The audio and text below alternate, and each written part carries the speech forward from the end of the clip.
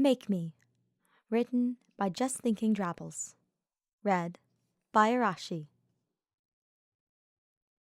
Stable duty was Ferdinand's favorite chore to be assigned. To him, it wasn't a chore at all. It was more like a reward. He was given more time to spend with the horses and care for them in the ways that they deserved. He adored it, and he was there more often than not when he wasn't studying or training. He knew the horses better than almost anyone else, except perhaps Marianne, who he often found spending a lot of time there as well. Yet there was one problem that came with the assignment that threatened to make this otherwise enjoyable task very much indeed a chore.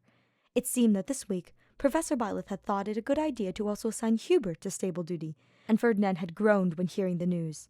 It was unbecoming, he will admit, but he just couldn't understand their reasoning. It was true that when they actually got along, they were a really great team. He would dare to say the best, in fact. But such peaceful moments were few and far between, seeing as Hubert always desired to spark his ire.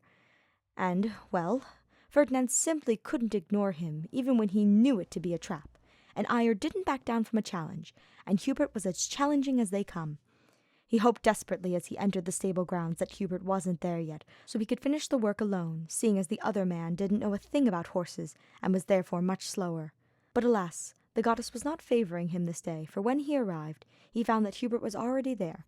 He held back the urge to roll his eyes, and instead carted a hand through his hair, taking a deep breath to steel himself before making his way towards him. "Good morning, Hubert," he greeted cordially.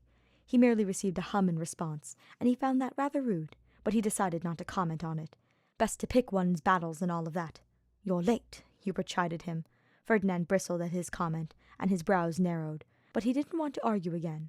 Not here where anyone could hear them, and especially when they could end up scaring the horses. He took another deep breath as he picked up a brush, and began running it through one of the horses' hair. "Perhaps you are simply too early." He heard an amused scoff from the other side.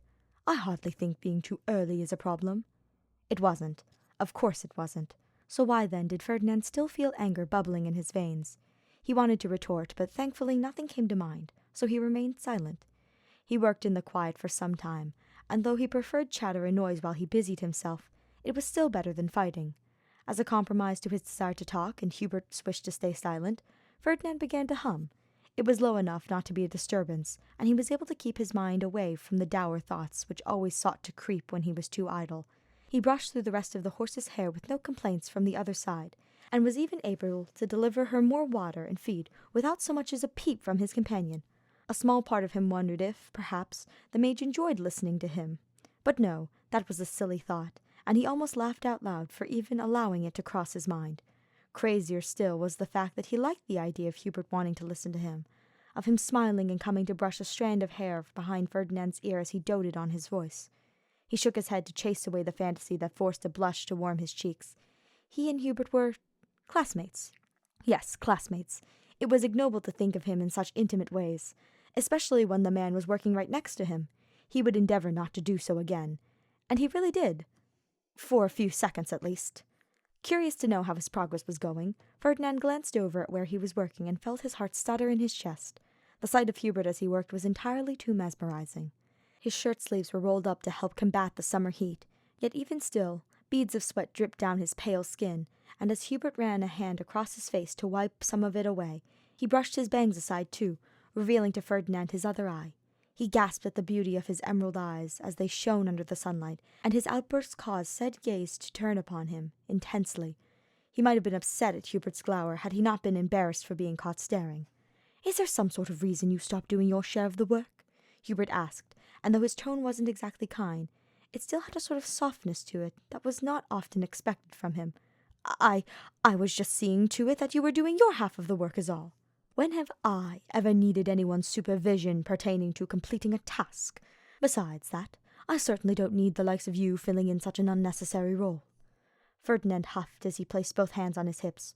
"You and I both know that taking care of horses is not really where your interests lie, and frankly, the last few times we've had stable duty together, you've done a rather sloppy job of making sure everything was in order." "Excuse me?" The anger in Hubert's voice was quite evident, and Ferdinand knew that he shouldn't carry out, lest they stumble their way into another argument. But even when seeing the fire he was about to stoke, he could not stop himself from speaking. "Please, can you even admit that when it comes to things like this, I am much better at seeing things done properly than you? Hubert tisked and marched towards him with his hands balled at his sides. He stopped just inches from Ferdinand's face, and jabbed a finger into his chest as he said, "As if I would ever admit to nonsense like that. Who are you to be lecturing me when you don't know the first thing about actually working for something? How can you say that, Hubert? I train and study just as hard as you do, maybe more. I'm not talking about menial things like that. But if you truly think that you put more effort into anything than I do, then you are a greater fool than I took you for." "How dare you?